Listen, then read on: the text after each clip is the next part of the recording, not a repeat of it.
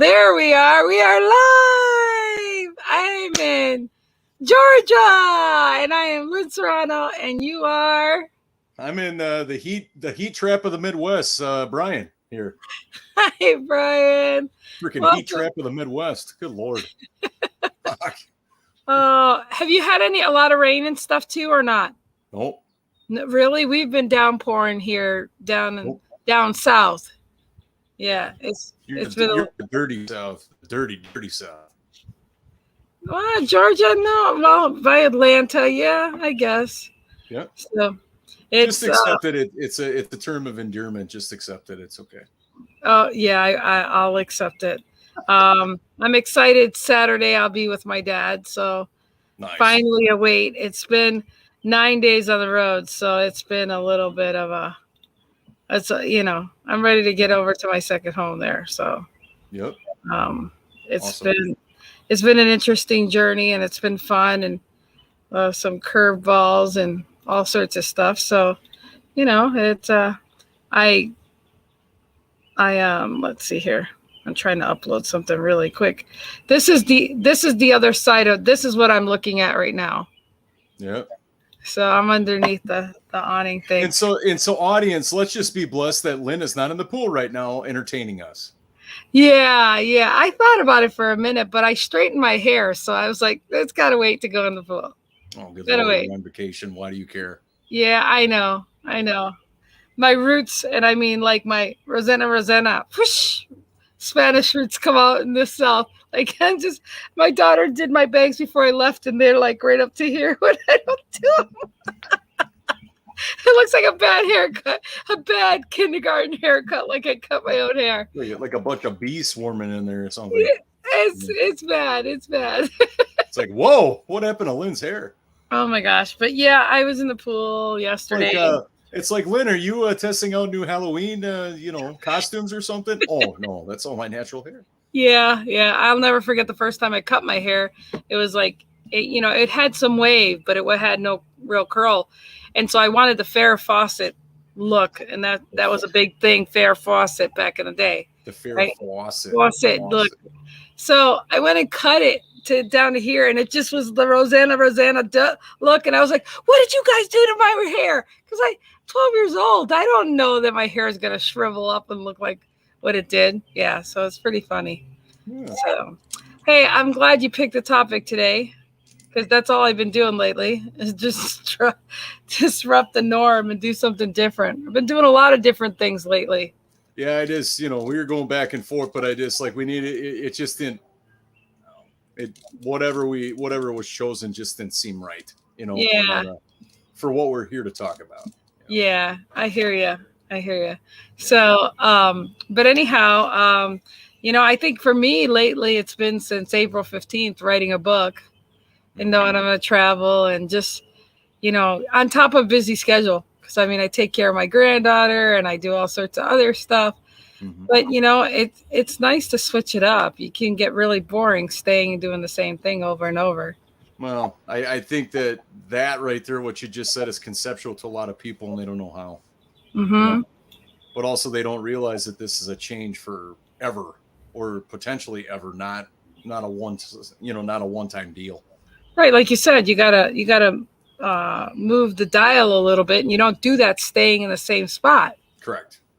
So that's so take even the baby steps, which that's why we said it's better to start and see where it goes and how it feels than not taking any steps at all. Well, and it's kind of like Lynn proposed a couple topics, and I'm like, doesn't mean that they weren't good. It's just that we're not a travel agency, or we don't talk about travel on the show, right? No.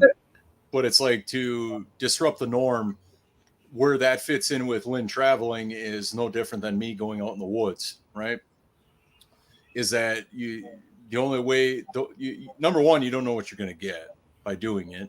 Number two is that the only way that you switch it up, if you haven't been on a vacation or done anything for yourself in a while, the only way that you get the reward or the feeling of it is to do it. And so you have to halt whatever's going on in your day-to-day for something else. When you have a choice of going down two roads, you got to take the other road, not the one you always know. Yep. Including, like, as far as travel tips or anything like that, instead of going, and my friend Lori did this recently, instead of being the traditional 3-day weekend Memorial Week, plan, and everybody else is doing the same, plan your schedule to be before or after Memorial Day. Right. And if you travel Sunday through Thursday, you get a better hotel deals, less less people because they don't get the vacations except for the holidays.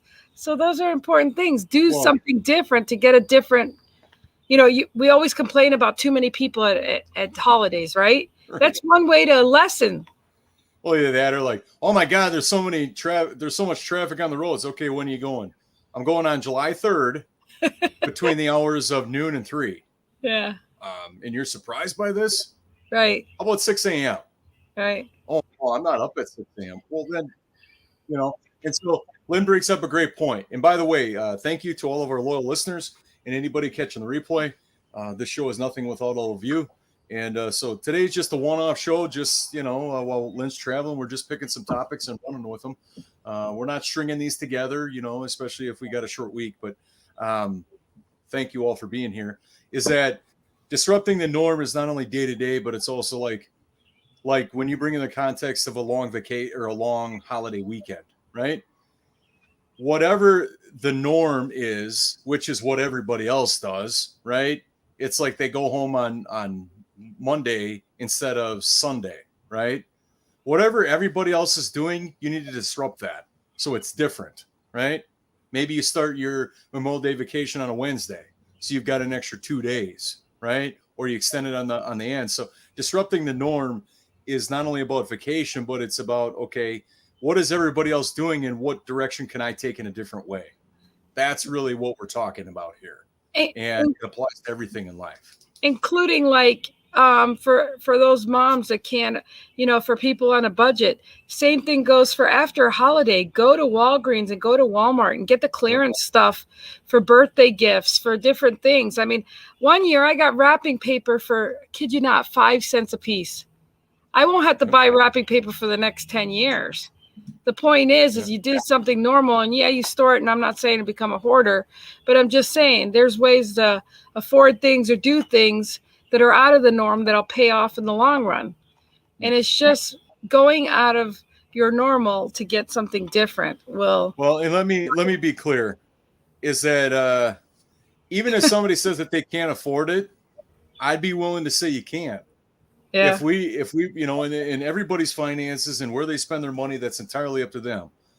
But I guarantee habits will show up, right? Mm-hmm. Oh, I go to a Starbucks every day, or I buy elaborate food at this organic grocery store. Great, right?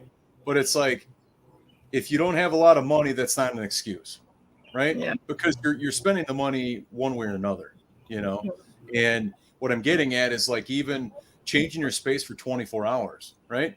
Go to a nice bed and breakfast that might be an hour away. It's enough to reset where you are. It doesn't have to be this long. If we're talking about vacation, it doesn't have to be a long extended holiday weekend, or whatever you want to make it is what it can be, but you have to want it. You have to put the structure into place. Right. Because if you don't put any structure into place, you're going to be the same person that's complaining about everything, and you're going to be in traffic the entire time. And because you're doing it just like everybody else does. And if you're someone that hurry up and go somewhere to do a lot of activities, force yourself to, like, slow down and not do that and see how that feels. Like, relaxing. I mean, my friend Vanessa, where I'm staying, and I've been here since Monday, she's got things to do. I'm like, relax, because I enjoy her place here. It's not hard to handle being by the poolside, let me tell you. It's like peace and tranquility. It's, if you're getting company or vice versa, are you going to be the company? Just, like, don't be so activity driven that you're exhausted, that you need a vacation and take some days off from work because you did just too much. What's wrong with just being in the moment and being present? Well, the problem is that you have to disrupt the paradigm of life to do that. Is that, you're not going to take somebody's, day to day, week to week, 52 weeks a year. And if you cut out holidays, however many people celebrate the national holidays. So let's say all in, maybe you're working 45 weeks a year, right? you know, because obviously the last 2 weeks of the year is 50, and then maybe a couple of them that you're gone for, right? There's no way that you're going to disrupt the habit of working balls to the wall every day and all night, 16 hours a day, you know, burning the midnight oil. There's no way you're going to disrupt that behavior to want to go on vacation. Yeah. We're not wired to do that. So it has to be the feeling of going on vacation has to be something that pulls you into like, hey, I don't care where I'm at, you know, because, you know, I remember one of my acting coaches and one of my mentors, he goes, I want everybody to smile, you know, see a smile. And then you smile as long as you possibly can. Smile as long as you possibly can. Yeah. And it was an exercise that like people were looking at each other. After about 45 seconds, a lot of people stop smiling because they don't practice it, right? Yeah. Their face muscles are getting tense. You know, keep smiling, you know, so then people went back into it. But the same thing is that when somebody says that they're gonna relax, I don't believe it for a second, because the habit that people have created by how much they're not in a state of relaxation. Yeah. You know, it's like how many people say that they're going to have a relaxing time, but then they bring their laptop along. Well, duh, Yeah. I know where that's going to go. Versus doing something to disrupt it. That would be, you don't bring any technology besides your phone. Right. You don't bring your notebook. You don't bring your binder or your diary or any of that, where you just disconnect. Yeah. You know? So it's like, I know several people, it's like, oh yeah, no, I'm not going to work on this trip. And then sure enough, what are they doing? And I'm like, great. So you're at a nice restaurant or you're at a nice location, but doing the same work.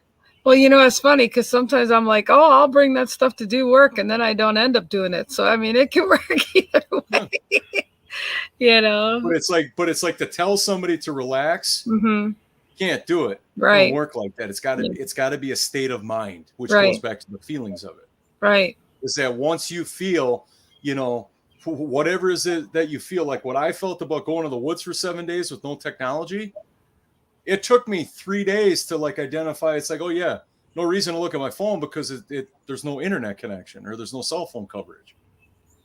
Habits work like that regardless. A reptilian brain can't disconnect, you know. Yep. Did Brian just alternatives, reset, restructure? My, it's discipline time all over again. Chill and enjoy the process of the mental and physical relaxation. Vacation this. Yeah, but Mark, you know, I agree with what you're saying, but when I read that, it's conceptual. You know, like we can tell anybody anything to do. It doesn't mean they're going to do it. Right. You know, so obviously every person is going to have to be different, but I know for me, if I remove all technology besides my phone, that's a good start for me to disconnect, because I know what my tendencies are, right? Yeah. Some people's tendencies might be their, I don't know, their iPad, or it might not even be a device. It might be a book, right? So they're reading all the time, which may be okay, but if you're with family, they may not work all the time, you know? Yeah. Yeah, I mean, absolutely, Steve, is that it's hard to shut it off because that's the way it is for a majority of the year, you know? And if you're an entrepreneur, it gets even worse because you don't have a clock to push or punch. You work whenever you want from wherever you are. And it's definitely more than a 24/7 job. Well, heck yeah. Because you're sleeping. I mean, yeah, it's a 24/7 job. You know, but at the same time, though, that's a catch-22, because if you don't pull out the parameters of when you're on and when you're off and do it without any regret, you're always going to be a victim of one of two things: the almighty dollar, or always being I mean, it's one thing to be a servant to your customers. It's another thing to not even be well within yourself to do that. Yeah. You know, where it's like, hey, I'll get back to you as soon as I possibly can, but for the next 4 days, I'm going to be gone. If you send off a message to customers saying that, that's one thing, you know. But if you don't give them any message or anything like that to let them know that you're going to be away, if they need anything and if it's urgent, you know. So, yeah. But I mean, Steve, I can relate to that 100%. I was just muting myself. I got a plane. I've got the natural birds and everything going on here. So it's all right. We're real and raw. Oh yeah, for sure. And I love it. I love it. We might have a little mini gator pop out somewhere, you know. Oh hush! I'll have to deal with that when I go to Florida. Hi, Terry. Thanks for being here. What's up, Terry? There's one of the 4 people that were hosting the gathering I was invited to go to, on his property, which was great. I hate it when being up north and the phones are out around the fire. Need less of that. And here's the thing: is that there is no coverage whatsoever. So, but it's just the habit that reoccurs for people that, I'm going to look, or maybe if I get a 12-foot ladder, my cell phone coverage is going to be better. Yeah. It's like, what up, dude? Yeah, that's when you definitely know you got a problem. When it's one thing if you heard a ping and stuff and you got to go check because you had a notification. Right. But when you didn't have no ping and you're checking and you're saying you have notifications, you do have a problem. Right. Oh, I'm going to go get a beer. Right. I need a snack. Yeah. Sure. Right. Yeah. What does Mark say? What does Mark say? It's about your philosophy of vacation. You call and control the shots. This is where that. Yeah, absolutely. Yeah. And I'd also be willing to say, what do you want to get out of the vacation? Yeah. And like we said, this isn't about the vacation thing. It's just doing things out of the ordinary or, that kind of thing. And speaking about it in ordinary, traveling the other day, because I like to travel early. Like you said, you get up early so that you're not spending the whole day working or driving in traffic and all that stuff. Yeah. And I was feeling a little tired, and I did something so no before I got to Nashville. I decided to take one of those stay awake pills. And caffeine is not my friend, let alone that I didn't eat. If it wasn't for my friend Steve and Vanessa where I got here, I literally was driving. I felt nauseous, going to vomit. Like I had to go to a Starbucks and try to have a croissant and a strawberry, whatever. And 4 hours, I was so sick. I had an interview with Levi Colby. I don't know if you got to see him play. It's just amazing. Well, anyways, I was sick all day. I was supposed to get in Nashville at 1:00. I did not get there till 5:00. Mm-hmm. And then I ordered pizza. I said, can you come to my hotel? He came to my hotel. We were in the lobby. People, it was just great. But I'll tell you what, it took me till just yesterday to get over what I did. And that's out of the norm. But again, and I was at Tammy's house. I felt so good. I didn't have any issues. Again, it's never predictable how I'm going to feel because of my health conditions, but I was able to do things. And then sometimes I have setbacks or whatever.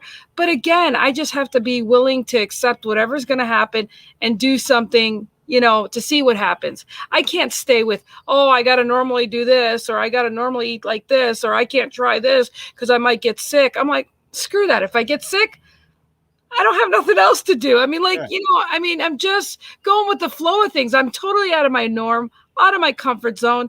And I'm thankful I did. I even had s'mores. I've had s'mores 2 nights in a row. Oh my God. I can't believe how chocolatey Hershey's chocolate is without having sugar. So I've had sugar lately. I had cookies with Tammy. I'm doing stuff, I'm a little swollen right now, but I don't care. It's just going with the vacation. Going back to Saturday, did you sign your books and put them in Ziploc bags? Did you end up doing that? Oh, you didn't see the post I did. You keep talking and I'll go show you some pictures. They're hilarious. They're hilarious. So I was just this past Saturday with mutual peeps of ours, Sandy and Tammy and Larry.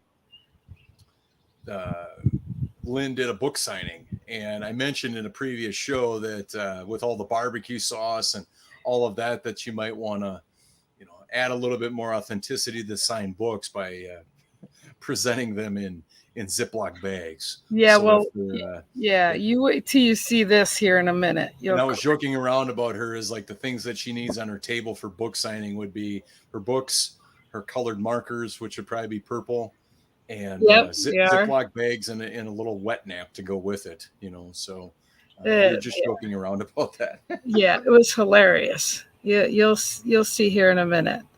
But anyways, so the reason why we brought up vacation and whatnot and all that, just because it's easy to connect to, like whatever your normal is, do the opposite, go in the opposite direction. Right. Whatever that is. And as far as however you want to take it, if it is not a little bit nerve-wracking to you, then it's probably not disrupting enough, right?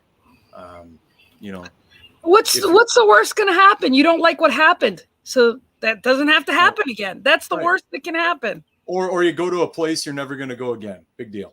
Like, yeah. You know, Which, by the way, I'm happy to say that barbecue was okay, but I'm not missing anything in Montana. I still got a really damn good place to eat barbecue. There's there it is. Yeah. Ziploc bag. I remember that picture. Yeah. So, but again, you don't know anything till you try it. You don't know what you don't know, is what Brian and I always say. And you got to have the experience at least to say, I did that once. Well, and here's the thing is that I'd even be willing to frame it that it wasn't like the place was bad. It was just like, maybe even consider that you didn't see the opportunity. You didn't see the purpose of going there, or nothing really did it for you. Right. We waited 45 minutes to get in there in line. So like, I think Sandy never been there. Larry and Tammy have. And we were like, it's got to be good for all these people to sit here. You got to have the experience with everybody, Mm-hmm. So yeah, it was an experience. What was your, out of barbecue, what's your favorite type of meat, overall? Okay. So I didn't realize the difference, because in Montana, if you order briskets, you get these thick pieces of meat. And that was my, or is it bison though? It's beef. Okay. All right. Okay. But and so what they call it in Kansas City is burnt pieces or burnt ends. Burnt ends. Okay. Well, I didn't know that, because in Montana you ask for brisket and you get, now one of these days for the show, the day before I will get a brisket and I will show you the brisket. And Tammy let me have some of her burnt pieces or whatever you call it. And I was like, that's close, but it wasn't even as good as the brisket that I could just order brisket and boom. I mean, it's just amazing pieces. So I'm spoiled in Montana. I mean, Montana's not a barbecue state. So. No. But this one place is like the number one barbecue place. And I can see one now. So what I ordered brisket. It was like thin layers of prime rib or thin layers of roast beef is what I got. And I was like, oh. That's brisket though. But I didn't know that either. Yeah. I could see where you could exchange the brisket for what looked like prime rib. I can definitely see that. Yeah. So, but I mean, I didn't know that you had to get these little chunks, and they're called burnt ends. Burnt ends. Burnt ends. I got schooled on that, but in Montana, you don't say burnt ends. You just say, I want brisket, and you get brisket. Yeah. So it's kind of like going to Philly and wanting a Philly cheesesteak versus just saying cheesesteak. Yeah. So, I got educated and looked and said, oh, okay. So I wouldn't have so if you're in Kansas City, don't order the brisket. I will disagree with you on that, but anyhow, because Casey's known for brisket, or Casey's known for their barbecue, just like Texas and like North Carolina. Yeah. Well, you'll have to come to Montana sometime and you'll see what I'm talking about. Well, those ratings don't lie though, if these places are good or whatever, but I should have brought some brisket or whatever you want to call it from burnt ends or whatever from Montana. They would have been jealous. And the sauce that they have in Montana beats the sauce they had there. So okay. It was still good though. Well, there was only one place. It wasn't your forte. So no, but I'm glad I went. Yeah. So cool. Yeah. The dog just went in the pool. I'm laughing. Are you going to jump in the pool? Are you going to? Oh, not on camera, but I will jump in. No, not on camera. Of course gosh, yes. We still have a show to do. Yeah, exactly. Oh, yes. I have the pool and the house to myself. Vanessa's upstairs, but yes, I will have. Terry says here. Oh, man. Yeah, missing some curd. Tennessee is some, we bought, my girlfriend and I brought Terry some cheese curds from Curd, some fresh squeaky curd, and even gifted him with a T-shirt that says "Word to the Curd." And I love it. Word to the curd. Yeah, he treated us so well, and just Terry, we love you. My girlfriend and I love you. So. Oh, that's awesome. That's awesome. Such a great guy, man. We got pictures with him, and he invited us to the gathering and stuff. So Tammy was great too. I went ahead and she has she works from home, so she has her 2 screen monitors there, and then she has her laptop that she messages with people while she works. And I knew that she wouldn't be open that till Monday, so I wrote her a hand message, thanking her and everything, and I put it in there. And and so Monday she goes, Lynn, I can't believe I didn't see this till Monday. And I'm like, that was the purpose. Yeah. I'd be long gone by the time you saw the note. Gotcha. Yeah. And it's funny because I can't tell Vanessa that, and hopefully Vanessa's not watching, but it's the things you want to do. Hide little notes. So like, can we say by like, because you're Central. Are you Central or are you Eastern? I'm Eastern now. I'm in the East. Yeah. Okay, so can we say by, our show gets done, and so that'll be 2:00. Can we say by 2:15 Eastern Standard Time you're going to be in that pool? Oh, that's too long. I'll be there 5 after. Oh man. Okay. All right. I overestimated you. And my friend's son, Daniel, he went ahead and put the heat on for me. Oh. So yesterday I get in and I said to Vanessa, I said, it's 88 degrees in here. She goes, you think so? I said, I know my pool temperatures because I at the college, 84 is chills, 86 is good, and 88 is what we really love. But so her son went and looked. He goes, it's 88 in there, Mom. I'm like, I know my pool temperatures. And so he's a swimmer. I said, don't you know your pool temperatures? He goes, no, I just go in. I'm like, I don't care, man. A diehard pool swimmer wants to know what temperature it is. So you're gonna go mix yourself up like a fun little colorful cocktail with an umbrella. Oh, and, yeah. We still have Moscato. I was here 2 years ago and I didn't get to swim. And Vanessa says, Lynn, I still have that Moscato. I'm like, well, we're gonna have it sometime before we leave. So hi, Scott. There he is. And there's Larry. Hi, Larry. Miss Liplock's getting close. There, Mr. Yes, Liplock. I'll be there Saturday. I'll be still 4 hours away from him, but I will be there. Getting closer. Yeah. So I'm loving it. It's nice that I'm in Eastern time. I'm not acclimated to it. The Central, I like the Central time for a while, but it's still like, what time is it? I don't even know what time it is. Well, you haven't lived. You're not living there, so you're not going to get acclimated to it. Yeah, you're only there for a short period of time. By 10:30, I'm like ready to go to bed, so I'm kind of acclimated that way. So nervous. Nervous lip sweat. Oh, look at her. Hey, Scott, I'm glad you tuned in today because look at the color of her shirt. Her face is going to look like that in a couple minutes. No, it's gotten hot in here. Hey, Scott, come on. Let's team up on Lynn and get her to smile and look at all flustered. Stop it. Stop it. Oh, my gosh. Are you like the school teacher? Like, stop that. Yeah. Which, by the way, Friday, we probably won't have a show because I'm going from Atlanta here 5 hours away to my sister's. And then we're going to go to my dad's. So is that the one sister that was on the show? Roxy. Yep. Oh my God. Yeah. So I'll be with her. You said she's a trip. She is a trip. She's a trip. But I'll tell you what, her son was just performing, doing some rap stuff. And they got an all expense paid to California to go to the awards this coming week. They're going to awards. And she's like on cloud 9. So I'll be interviewing and have my. So congratulations, Roxy. If you see this, congratulations to you and your son for. Yeah. So they're excited. And LL Cool J he knows who my nephew is, and he's keeping an eye on him. So yeah. Mama said, knock you out. Yeah. I'm gonna have to play his little video sometime. He can rap. You can actually understand him when he raps. So that's cool. How old is he? He's 12 years old. God. Yeah, he's been doing it he's been doing it since he was 9. He's gotten pretty darn good. I mean, he's performing like all over the place. That's crazy. Yeah, it's crazy, but it's cool. He's on the roadmap, or he's on LL Cool J's radar. That's just nuts. He is. Wow. Yes, he is. That's just nuts. Hi, Regina. Thank you for being here.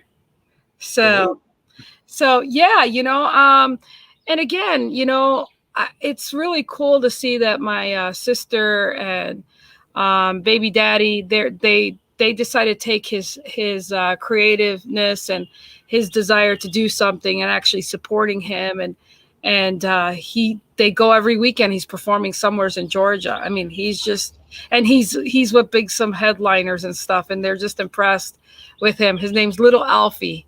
So yeah, Little Alfie. So he's under Heart Entertainment or something like that. So yeah. I mean, heck, if he can't go for an LL Cool J, no, no, Scott. My nephew, LL Cool J, is keeping an eye on my nephew, so that's why Brian brought that up. So, yeah. So, well, believe it or not, Scott, but one of my favorite bands, which they've, because a couple members died, is Beastie Boys. So, if you want to talk about going back in the day with the freaking tapered Knickerbocker T-shirts and all that, and yeah. I mean, I am 41 years old, and that music was popular, but it's all the old school stuff when you actually had talent to make music, right? Yeah, yeah. I love LL. Yeah, yeah. So I mean, look at his talent, and now he's producing shows. He's an actor. I mean, it's just It goes to show you got to get out of your comfort zone and do something different and stuff. And well, I mean, never can I think about in the past where somebody that was just one-dimensional, like a musician, would ever try to go to movies. Yeah. Or somebody that would be in wrestling, like John Cena or The Rock, right? Yeah. They do wrestling, and now they're TV movies. They host TV shows. You know what I mean? So, I'll bust out a rhyme for. Oh, I'd love to see that. Oh, you know what? Steve, he likes to rap. He's got some skills. I'd like to see him bust out with his sideways hat and his chains. Oh my God! Oh, I'll probably get a video like that from him. Excellent. Yeah. Oh my gosh, it's so funny. But it's just funny too. With having my books on the table, and we've been in restaurants, and I've been signing people's books at restaurants, things like that, and waiters and waitresses, and everybody's just looking at me like, that's your picture, that you're there. And then they act so different. It's like, oh my God, it's just funny. It's just the funny. All of a sudden, a server turns into a butler. You know what I mean? Yeah. Well, it's just, and I've gone places where people are like, can I buy your book right now? I'm like, yeah, I've got one in my car, I guess. So, ultimate triple threat. Yeah. Gold chain. Yeah, that a boy. Oh my God. Man, you're kind of, Steve, you're kind of slowly but surely reminding me of my childhood. So thank you for that. Childhood. Oh my gosh. Oh, the dog came out of the pool, and he's just jumping around here, wet dog. So, oh yeah. Well, don't look at him. I mean, no, he can't see that I'm looking at him. Oh, okay. No, he's in his own little world over here. Okay. Yeah, no, I ain't looking at him. He's a beautiful dog, though. Well, he needed to look at you. Whenever Lynn does that, she's trying to stay away from the dog. Oh, okay. Oh, the dog got on the couch? Oh, geez. Yeah, nice and wet. And I'm like, yeah. So that's why I'm like, She's got furniture. She's got furniture like that outside. Wow. Yeah. Wow. Okay. Yeah. I'm in Georgia, man. Yeah. I suppose. Yeah. It's anyway. I see plenty of people in Wisconsin. They have couches on their front, on their front porch, but they're really not that much appreciated in winter. When you leave them out there. Yeah, that has a covered patio here, and then but the winters they barely even ever get snow here. They're not out. Atlanta doesn't get like a lot of snow or anything. That's why when they get the ice, they'll go ahead and shut the place down. Ice storm or whatever. But they don't. I remember several years ago when Atlanta got like a tenth of an inch of snow. It was like anarchy down there. Yeah, they didn't know what to do. Like, oh my God, school's closed. Black ice. What's this? Yeah. And Levi that I had on the show, he's from Scotland, and when he sings, he doesn't have his accent, which is really cool. Yeah. My friend Pitter, I met him through Pitter, and she's a photographer, and she says, Lynn, if you don't understand him, ask him to sing it to you. That's awesome. That's great. So it was awesome. So are you like in Metro Atlanta? So like craziness everywhere? No, I'm in rural suburbia area. Nice. I'm in what you would consider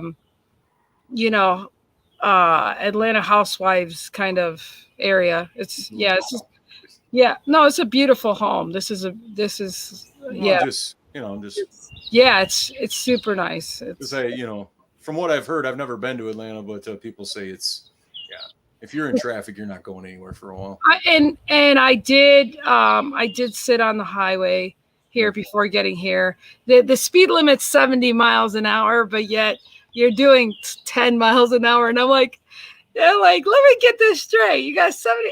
And then it's funny because then after a little while, because, it's all the congestions of the lights off the ramps and things like that. But it's funny. I mean, it's like when they're doing 70, they're doing 80. And then and then, or they could be doing 5 miles an hour. You just never know. But we had heavy rains here the day I came and downpours. So it made it, and not being from the area, it's not a great combination. It reminds me of the definition of, you're in Chicago, right? Oh gosh. And I've been there, done that, and drove that so many times. Yeah. Nasty things happen in Chicago roads. That's all. If you're driving in Chicago and they pass you, you're not going fast enough. Yeah. Oh, and I don't like anybody passing me anyway. So yeah, that doesn't. Yeah, I could see that, but man, yeah.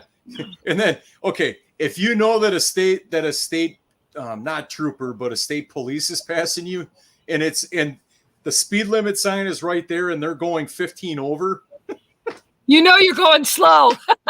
If a police officer is passing you. Dude, I had a sheriff the other day passing me, and I'm like, okay, so you're not going to do nothing about all these people speeding 10 miles an hour. Okay. But and then he's probably thinking to me, yeah, but they live here. You're from Montana. We're going to, yeah. I hear you got some good bison out there. Yeah, we do. Yeah. Tell me about it while I pull you over. Oh my goodness. So are you still doing your improv? No, that just ended last Wednesday. Okay. So you going to go do another one here soon? They're not offering any for right now.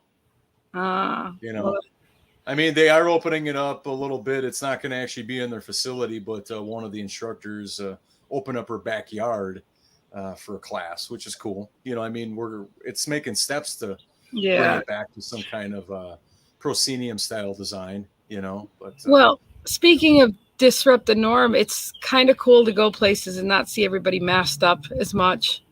It's nice to actually see people living. And last year time stood still for everybody as far as the year was prolonged, right. But this year, we've already hit our 6 months doing the show. Like, where did this year go? I agree.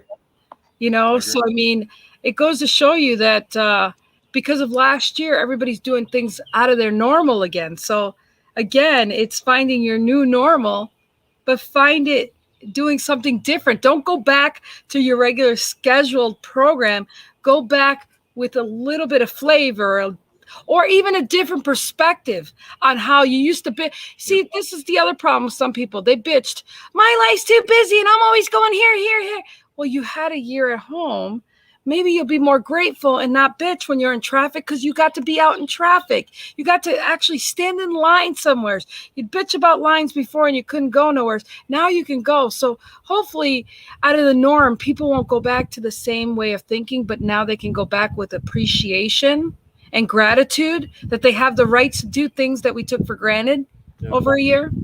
I loved when, people that always had the excuse of, if I had some time or when I get time or some variation of those words, is that the pandemic allowed that to call them on their shit, right? Yeah, exactly. Is that, hey, okay, here you go. Here's an unplanned opportunity. And we have no idea when it's going to, when it's going to end, right? Mm-hmm. Go. So then it challenges you not only in a mindset, but also in an integrity standpoint. Are you willing to fulfill upon what you said that if I had time? Well, if somebody frames it like that, they get to say something that they know is not going to happen, right? But then when it's exposed right there, oh my God, I got time to do this, and then they, more than likely probably won't. Right. I like what Scott said here. Maybe people have learned to appreciate the power of a smile. I agree. Yep. I mean, even saying hi to somebody, or making sure that just the common gestures every day where, you can look at every day, I don't know, grocery shopping as a pain in the butt or as an opportunity to help somebody else. Or, I'm not vertically challenged. So if somebody needs something off a top shelf in a grocery store, I could definitely help them do that. I'm a built guy, so I can help lift things, so if I can open up a door or help somebody out that might be having a difficult time, I mean, why would you not want to? Yeah. And if you made one person's day, more than likely it's going to come back to you tenfold if you continue to do it often. Absolutely. Or even get to the point where it's just something that you do. And then that's all you're doing every day is looking for opportunities to put a smile on somebody's face, Absolutely. I'm laughing. But to me, it's a learned behavior. It's something that you have to want to condition. It's not going to just show up, Mm-hmm. Like some people are more social than others. Well, how do you get better at socializing with people? You do the thing that is in your way. It's kind of like like overcoming from the death of a loved one, right? There's really only two options. You either go through it and all the pain and all the stages of grieving, or you go around it and then never be complete with it, right? Mm-hmm. And I could only imagine what the other way would be, and how much of your life is going to be lingering in that inability to come to that conclusion. So being willing to see something else. Yeah. And obviously it's like our eyes, to communicate somebody with their eyes of a smile, even though they, if we're wearing a black mask, they can't see the shape of our lips, but generous eyes, or maybe a hand gesture goes a long way for people. Absolutely.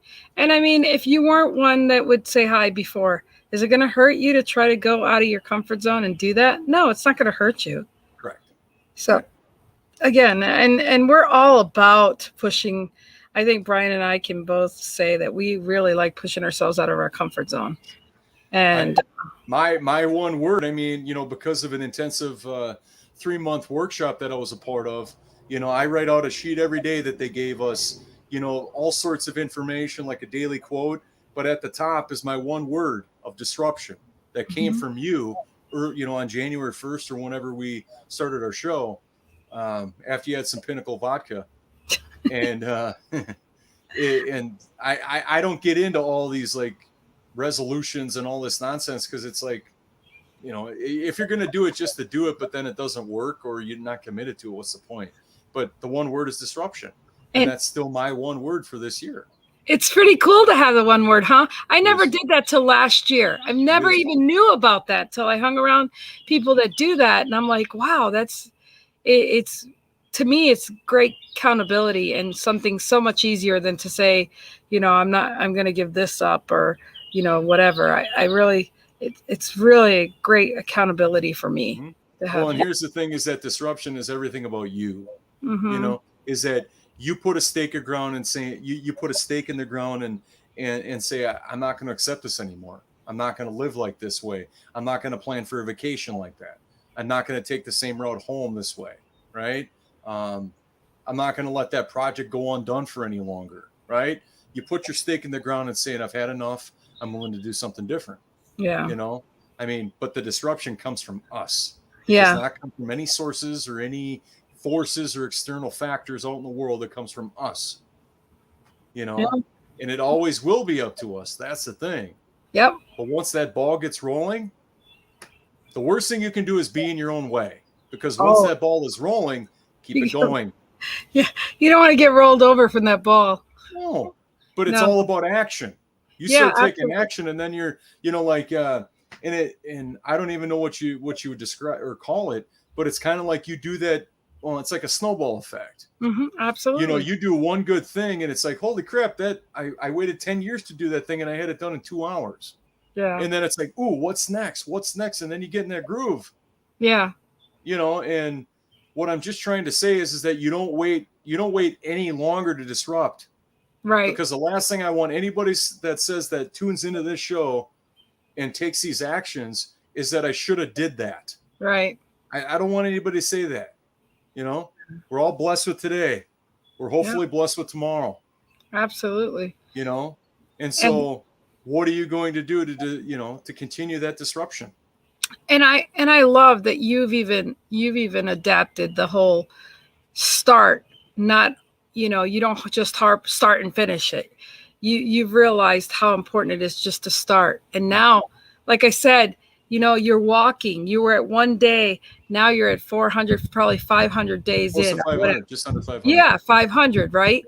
And so it's the same thing with, you started writing, and when you get going on that, all those books are going to come out like mad. I mean, you're going to it's awesome. It's just starting anything is so much better than never starting at all. And those were key words from my therapist, my doctor, that says, because I have a tendency to, because when my creative brain gets going, I just want to do a project. And then I start this project and that project. And then I get a little bit overwhelmed and unfulfilled because there's none of them done. Right? But now you could be happy to say, at least I started them, because now you have choices of what to go back. But that's the thing, is that when I get overwhelmed, is that one thing that she told me to do is just say, I'm going to just start that. I'm going to spend an hour. I'm going to spend a half hour. I'm going to get started. You say those words to yourself, and then you just do it. Yeah. Turn off all distractions, put your phone away.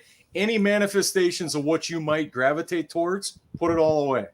Yeah. Because, if you got your phone there, what are you going to do? You're going to look at it. Right? But all those things are funnels now. They're funnels to things that eventually will come at the other end. Right. And that's what's exciting.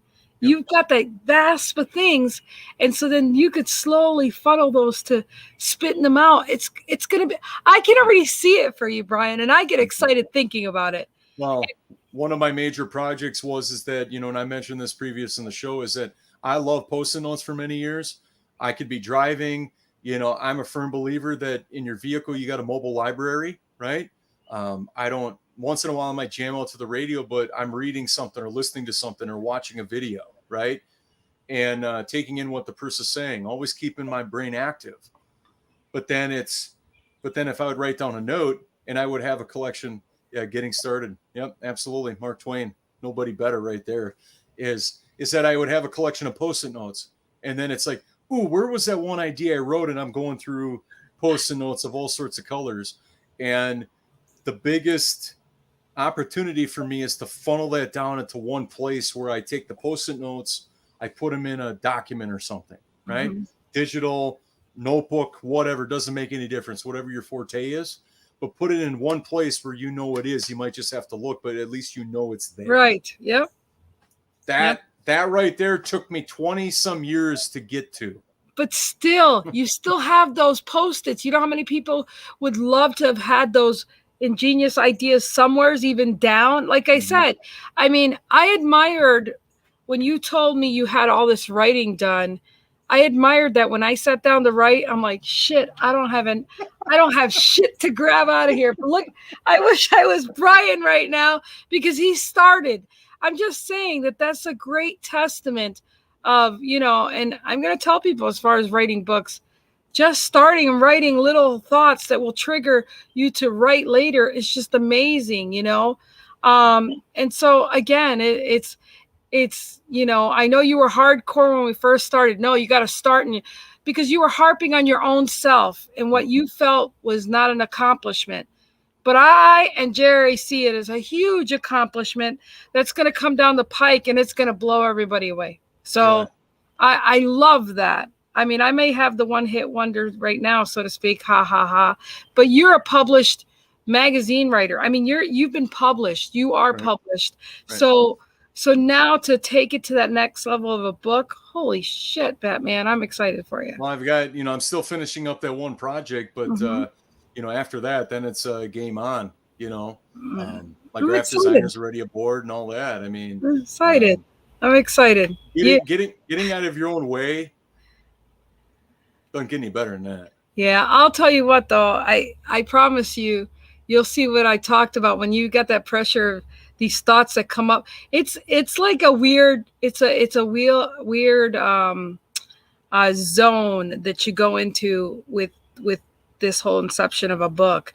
And it's just so crazy because now you can see why so many people, it's just like so many people that want to go to a ghost town that don't go because so many people didn't make it, right? So some people don't go there because they're like, some people didn't make it, or the Bermuda Triangle. It's the same thing. You can empathize with so many people that got there but never hit the publish button, you know? Correct. And so well, and I think it's the ultimate proof of authenticity. Yeah, and getting out of your own way, absolutely. Because here's the thing is that, you know, if I'm talking to like I'm dealing with a prospective customer right now, they found me on some search site, and I messaged them twice, 2 nights ago. So that would have been Wednesday. So Monday night, I didn't get back to her until like 9:30. So it was like a couple hours after because I was busy. And it's like, okay, I followed up yesterday with another message just to reinforce, and I texted her, and I still haven't heard anything. And I'm like, okay, you know, so if I don't hear back from them, that's okay, but I'm not going any further, right? And where this parallels a book is authenticity, but also the proven success, right? I'm not going to spoon feed you stuff. Right. You know, there has to be a level of engagement you have to engage with me to know if you even want this or if I can even help you. The same thing goes for a book, right? I'm not going to justify myself that if I know what I'm talking about, right?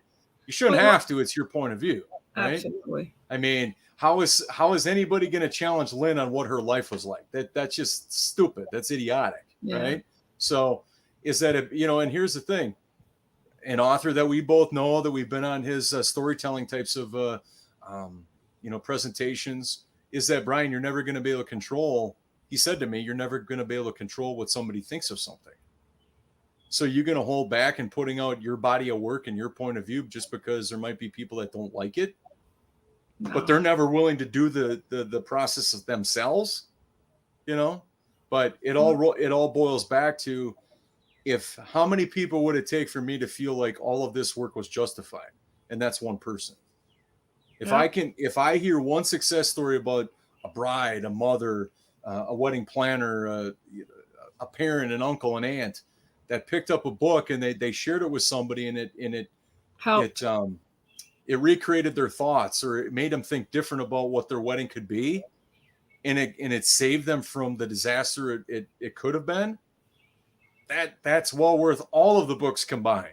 Absolutely. You know, and it's like, so, all of that work, but then when, you want to get my attention, you just ask me how many people will it take to impact, or how many people will it take for you to impact to write the book? And it's like one. Yeah. So then if all it takes is just one person, you only have to, one person has to take all of your information and 30 years of wisdom and use it, or even they can even skim it to find an idea, right? And hopefully they read it, but if they just grab one idea out of there that could save them from a disastrous wedding, you saved them the value of the book just purchasing it by far, tenfold. But I mean, here's the thing: is that just by that, and it's not anything to boast about, in my opinion, right? Is that writing a book? I mean, for me, it'd be a humble thing, but it's also like the last.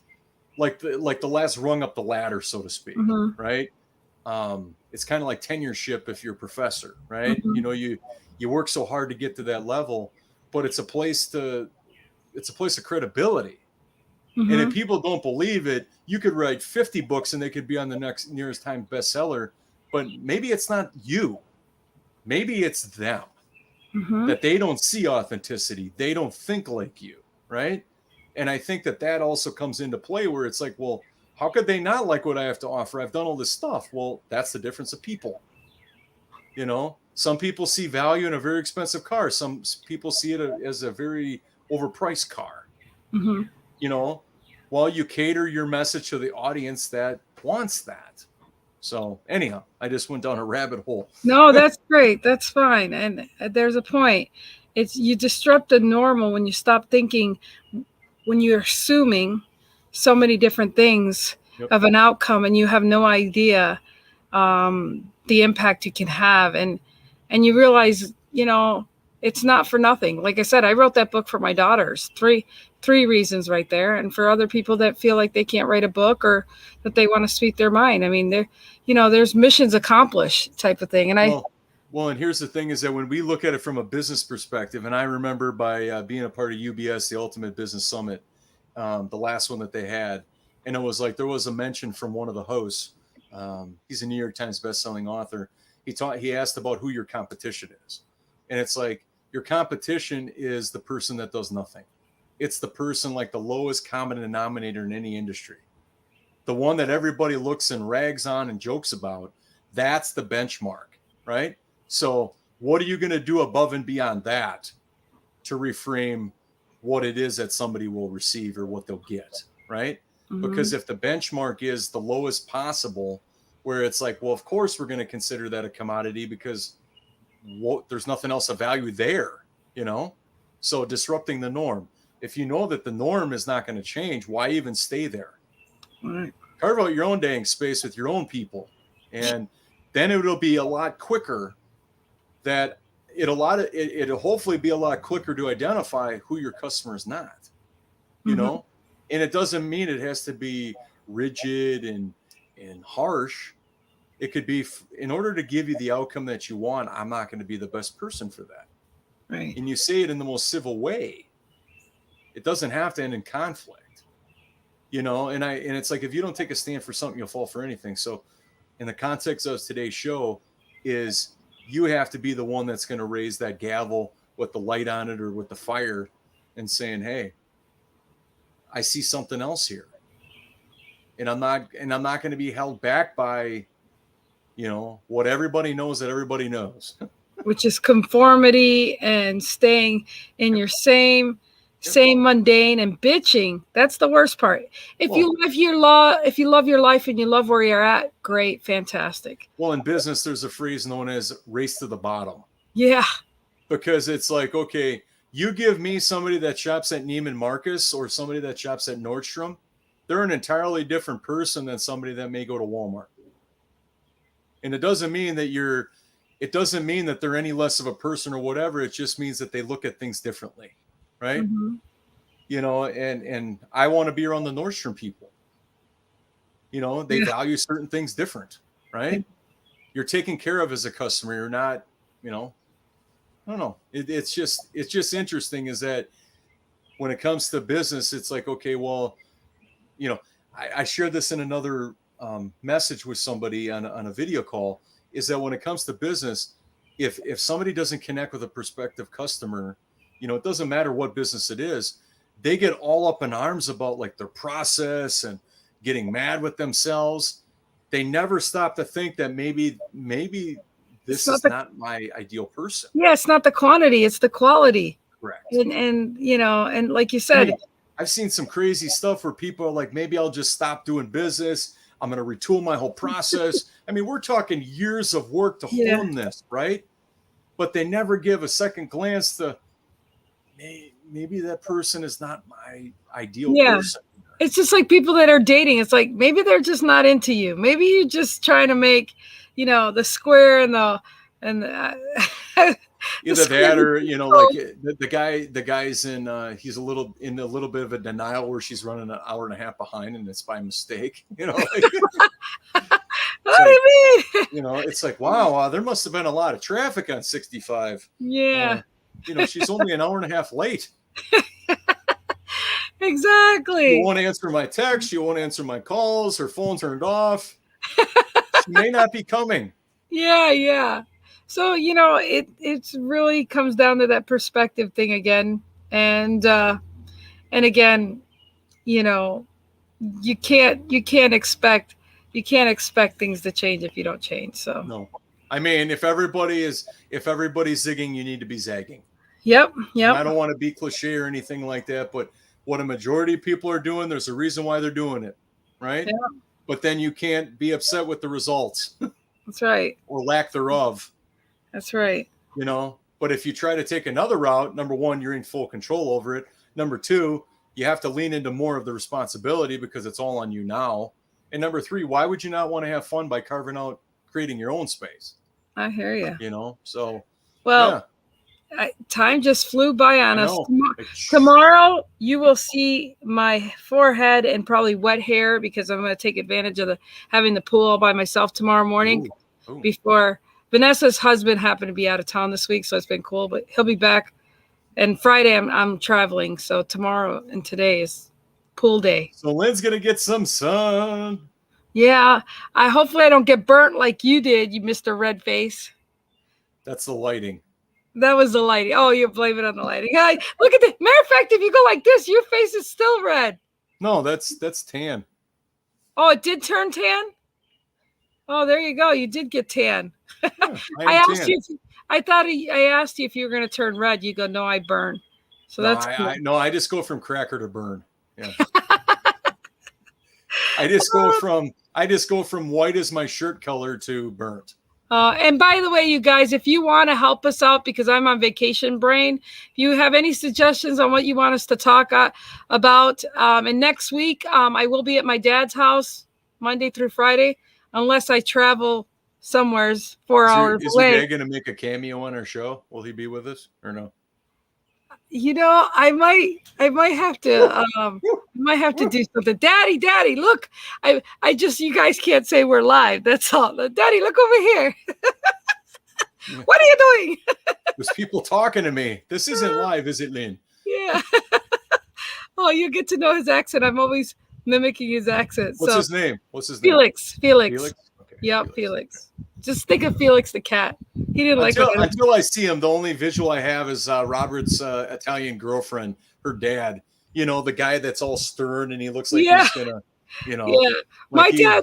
My dad's pretty funny too, though. He just hi Helen, we're off of here right now. I got to get in the pool. I'm already 1 minute late. No. Yeah, she's gonna do like the Cannonball. Yeah, she's gonna do the Rodney Dangerfield, you know, with the fingers, you know. I dove in yesterday. I only dive in, man. That's the only way to go. Heck yeah. So, all right, you guys have a good one. Bye, everyone. See you tomorrow. Bye. Oh, okay.